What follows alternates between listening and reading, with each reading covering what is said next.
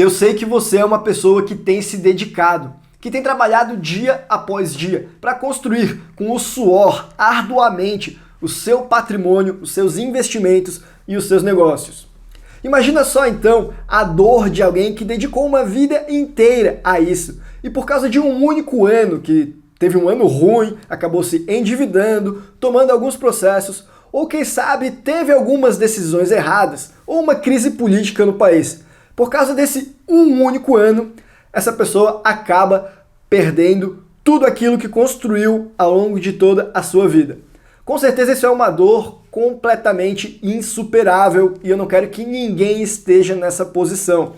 E para você evitar que isso aconteça com você, você precisa conhecer as estratégias de proteção patrimonial. Vamos conversar um pouco sobre isso no vídeo de hoje.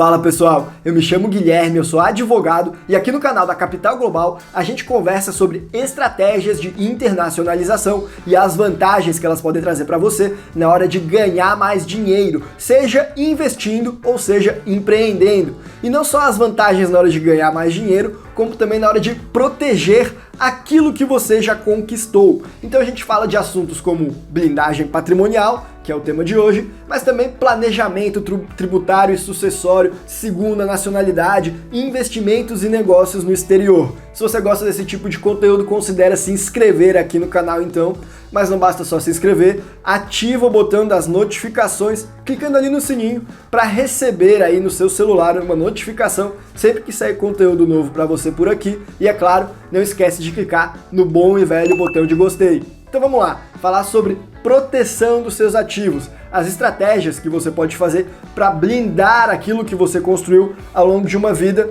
aí, e que estão 100% dentro da lei. E aí, para quem não sabe, esse conceito de proteção patrimonial vai muito além do que o próprio nome já diz, que é proteger aquilo que você tem.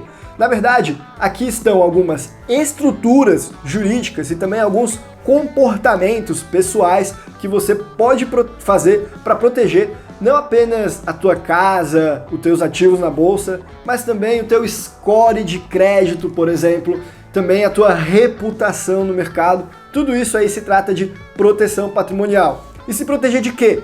Se proteger de ameaças que nós possuímos internas ou externas. Uma das ameaças que é mais comentada aqui no Brasil é a questão do endividamento. O exemplo que eu fiz ali na abertura do vídeo. Algumas pessoas, por um ano ruim, acabam perdendo tudo e poderiam ter se programado de forma melhor, construído uma camada de proteção mais robusta para evitar que isso acontecesse. Essa, diga-se de passagem, questão do endividamento, é a mais utilizada por muitas pessoas para se pensar aí em estratégia de proteção patrimonial. Mas eu pessoalmente acredito que a proteção patrimonial é importante também por causa do risco país. Como você bem sabe, no Brasil, uma única canetada de um político ou de um juiz pode mudar praticamente tudo. Ou ainda, a inflação da nossa moeda também representa um risco muito grande. A título de exemplo da insanidade jurídica do nosso país, eu me recordo de um caso, entre vários que a gente acaba vendo aí na atividade como advogado, de um cliente que foi surpreendido com o congelamento de suas contas e aí ele foi ver, era por causa de uma dívida fiscal movida pela Receita Federal, mas na dívida que não tinha absolutamente nada a ver com ele,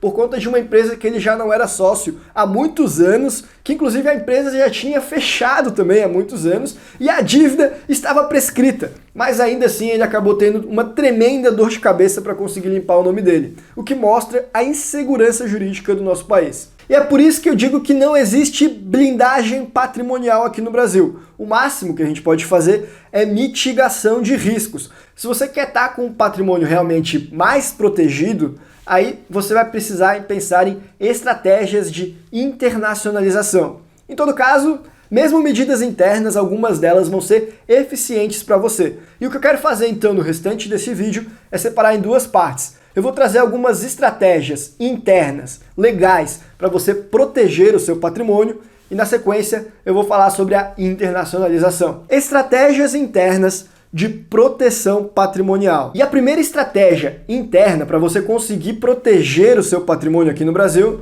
é se aproveitar do conceito de bens impenhoráveis, que são aqueles bens que você possui que, em hipótese alguma, ao menos em tese, eles vão responder, por exemplo, por dívidas que você venha a ter aí ao longo da sua vida. E o primeiro bem impenhorável que todo mundo pensa é o bem de família, o teu único imóvel em que você reside. Se você tem só uma casa, fica tranquilo que você não vai poder perdê-la em um processo judicial, ela não pode ser objeto de penhora. Mas além da casa, tem outros bens que muitas pessoas acabam não mencionando, como por exemplo, as tuas poupanças na conta poupança, até 40 salários mínimos também são impenhoráveis. O teu salário, os teus honorários ou ainda a renda que você ganha a título de profissional autônomo, isso aí também é um bem impenhorável se ele for utilizado aí para o sustento da sua família. Na mesma linha, os maquinários aí que você utiliza para exercer a tua atividade, eles também são bens impenhoráveis. E ainda a tua aposentadoria e o teu seguro de vida também não podem ser executados aí em qualquer dívida. O problema é que na prática a gente vê que muitas vezes o credor ele pede para congelar bens que são completamente impenhoráveis e você vai ter a dor de cabeça para ir atrás ali de um advogado para conseguir corrigir essa ilegalidade. E se você demorar, às vezes acaba que é até irreversível de fazer isso. Na prática, embora a lei exista, nada garante que você não vai ter nenhum desses teus bens impenhoráveis de fato não sendo empenhorados. Até porque, além disso, a lei no Brasil muda com muita frequência. E nada impede um juiz, em teoria, também de fazer uma interpretação muito doida da lei e falar que, na verdade, não é bem aquilo que ela quis dizer, que aquela tua casa não é um imóvel e bem de família e deixar de fora desses conceitos da lista de bens impenhoráveis. Em todo caso, conhecer o que é impenhorável já te ajuda bastante nessa proteção. E se você quiser saber essa lista inteira, dá uma olhada aí no artigo 833 do Código de Processo Civil. E aí uma outra maneira de você proteger o seu patrimônio, principalmente para quem tem patrimônio em bens imóveis, é trabalhar com uma doação em vida com reserva de usufruto. O que é isso? Bom, é o seguinte, você já viu que se você tem um único imóvel, ele já é impenhorável, você já está até, digamos, blindado. Mas você tem mais de um, você tem um segundo. O que você pode fazer é passar esse imóvel em vida já para um seu filho, por exemplo, mas você coloca uma cláusula de usufruto com você como usufrutuário, o que significa que o imóvel não é mais seu, mas você ainda tem todos os poderes aí de usar, dispor e gozar sobre esse imóvel. Você pode morar nele e tudo mais.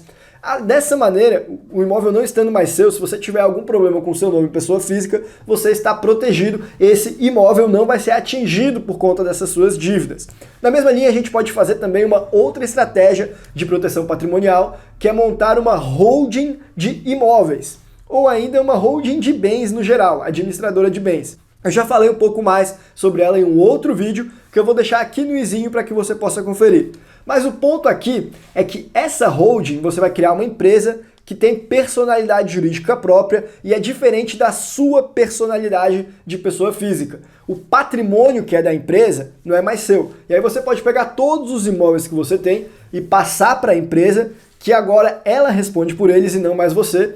E, ao menos em tese, o patrimônio da empresa também não vai responder por causa das suas dívidas. Mas é bem verdade que sempre que a gente vai trocar a titularidade de os bens, seja aí por meio de doação com usufruto, seja por meio de compra e venda, ou ainda por meio de abertura de uma holding patrimonial, a gente precisa fazer isso antes de qualquer dívida. Do contrário, corre o risco de configurar fraude contra credores. É muito mais fácil você evitar que uma bomba exploda quando ela ainda não foi armada do que você tentar desarmar o relógio de uma bomba que já está prestes a explodir, não é verdade? E dando sequência, uma outra estratégia para proteção patrimonial muito utilizada é se casar em regime de separação total de bens. Esse é um assunto delicado, eu sei, porque se você está no momento de casamento e você propõe isso para a sua cônjuge, para o seu cônjuge, logo de cara ele vai achar que você já está pensando em se proteger num caso de divórcio, de não perder aí algum patrimônio nesse caso. Parece que já está casando pensando nisso. Se casar com separação total de bens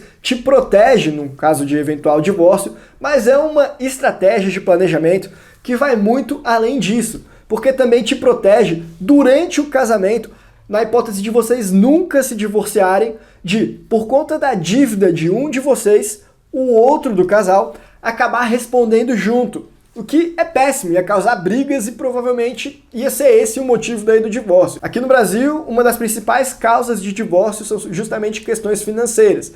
Muitas vezes a pessoa está lá casada no regime de comunhão de bens, um deles se endivida numa empresa e aí o outro acaba tendo que responder com o patrimônio próprio e aí começam as brigas. Se você se casar no regime de separação total de bens, ainda que um dos cônjuges se endivide, o outro ele está protegido aí das dívidas entre si, né? Não tem nada a ver. Isso é muito bom para vocês, inclusive, poderem versar aí sobre como é que vai ser a estratégia de divisão de bens para evitar que isso acabe atingindo aquilo que vocês construíram no longo da vida. Então, por incrível que pareça, o casamento em separação total de bens é o que protege muitos casais aí do divórcio. E se você está numa fase da vida próximo ao seu casamento, vale a pena até compartilhar esse vídeo com a sua cônjuge, para ele ver que é uma questão racional aí, acima de tudo, isso vai ser bom para o casal. Estratégias internacionais de proteção patrimonial. E essas estratégias que nós falamos internas, elas podem ser úteis em algumas maneiras para proteger o seu patrimônio, mas elas têm algumas limitações. A primeira delas é que você está se baseando nas leis do Brasil e confiando na justiça brasileira que vai olhar para essas leis e vai julgar aí conforme está escrito. E aqui a gente é um país que, como eu mencionei, conta com enorme insegurança jurídica. Além disso, você não tem muita privacidade. Então, por exemplo, ainda que o bem seja impenhorável, se ele está aqui no Brasil, o teu credor ele sabe que você tem o bem e ele vai tentar penhorar mesmo sendo impenhorável, porque você não tem essa privacidade. Então, se ele não soubesse que você tem esse bem, isso não aconteceria. E aí começam a entrar as vantagens de você fazer a internacionalização dos seus ativos. Só assim você vai conseguir alcançar um grau maior de proteção patrimonial. Você pode, por exemplo, ao invés de investir aqui no Brasil, investir lá fora, porque daí esse seu patrimônio ele não vai aparecer ali num cisbajude automaticamente para o congelamento da sua conta. Se houver uma ordem aí para pesquisar nos cartórios os imóveis que você possui aqui no processo brasileiro, isso aí também só fica dentro do Brasil, então você ganha mais privacidade. Mas não é só essa maior privacidade, você também ganha uma segurança jurídica e um distanciamento, o que significa que muitas vezes aquela pessoa que está pensando em atingir o teu patrimônio por meio de um processo, ele pode até descobrir que você tem um patrimônio lá fora, mas aí ele vai pensar, olha, se eu quiser tentar executar esse patrimônio, eu vou ter que entrar com um processo, isso vai custar caro, pode ser que eu nem ganhe, e ainda que eu ganhe, muito provavelmente os custos para entrar com esse processo, eles vão ser tão altos que talvez nem compense para mim tentar pegar aquele patrimônio dele que está lá fora. É caro, não vai valer o custo-benefício, quer saber, deixa para lá, se ele comprar alguma coisa aqui no Brasil, aí a gente tenta ver. Então você ganha essa proteção. E veja, eu não estou falando aqui para você fazer fraude contra credores, eu estou falando de estratégias legais de proteção patrimonial. Não é porque uma pessoa está querendo utilizar de um processo para atingir o teu patrimônio que ela tem razão. A gente está pensando aqui em pessoas que querem inescrupulosamente entrar com um processo contra você, e se o teu patrimônio estiver lá fora, você está protegido. Mas não só o patrimônio lá fora, em contas offshores, em investimentos na bolsa, por exemplo. Você pode, inclusive, montar uma empresa offshore para proteger ainda mais esse patrimônio. Naquela ideia de uma holding aqui no Brasil, que a gente falou, de aí você ter o patrimônio separado do que é da empresa, do que é seu, lá fora isso se aplica também. Você pode montar uma empresa offshore e o que for patrimônio da empresa offshore agora é dela, não é mais seu. E aí você cria ainda essa camada de proteção também. Interessante, não é mesmo? E essa questão de proteção patrimonial é um dos principais motivos que fazem muitas pessoas internacionalizarem, construírem o capital de forma global. Esse também é o seu motivo? Ou você busca internacionalizar para conseguir atingir um mercado ainda maior e aumentar as suas possibilidades de enriquecer? É para jogar na defesa do que você tem ou jogar no ataque? Deixa um comentário aqui embaixo contando pra gente. E por esse vídeo a gente vai ficando por aqui. Um abraço e até a próxima.